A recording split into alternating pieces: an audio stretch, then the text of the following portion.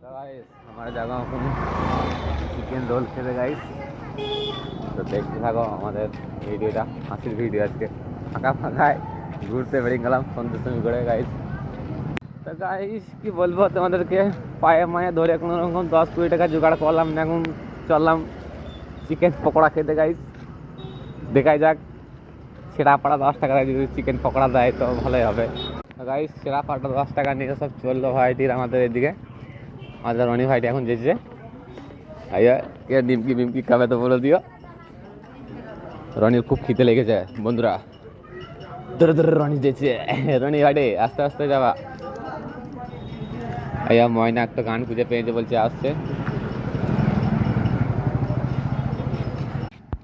তো গাইস এইখানে ফ্রিতে বলছে মদ দিচ্ছে, যে পারবে ফ্রিতে মদ খেয়ে নেবে গাইস। জামাই কাউন্টার যখন সব খেয়ে নেবে সব। তো গাইস দুঃখের খবর, ময়না আমাদের হারিয়ে গেছে।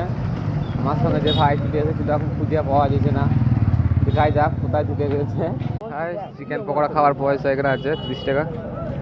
তো লালা চুদার এখন চিকেন পকোড়া খাওয়ার জন্য যেছে এদিকে। চিকেন পকোড়া খাওয়ালো না, চিকেন পকোড়া নাই আমাদের এখানে। মুরগি শেষ, ডিম পাড়তে গেছে মুরগি। তখন